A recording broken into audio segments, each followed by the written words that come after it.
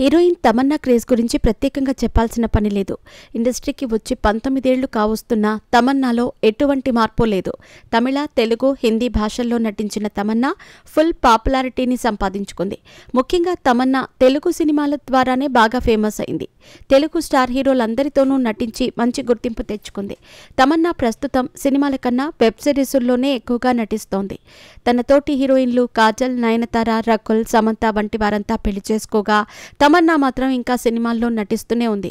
అయితే ఈ ఏడాది తమన్నా పెళ్లి చేసుకునే అవకాశం ఉంది. తమన్నా బాలీవుడ్ నటుడు విజయ్ వర్మతో డేటింగ్ చేసింది. పెళ్లి కాకుండానే వీరిద్దరూ కలిసి ఒకే చోట కాపురం కూడా పెట్టేశారు. అయితే వీరిద్దరి మధ్య ఏం జరిగిందో తెలియదు, కానీ వీరి ప్రేమకు బ్రేక్ పడింది. ఇదిలా ఉంటే తాజాగా తమన్నాకు సంబంధించిన కొన్ని ఫోటోలు నెట్టింట వైరల్గా మారాయి.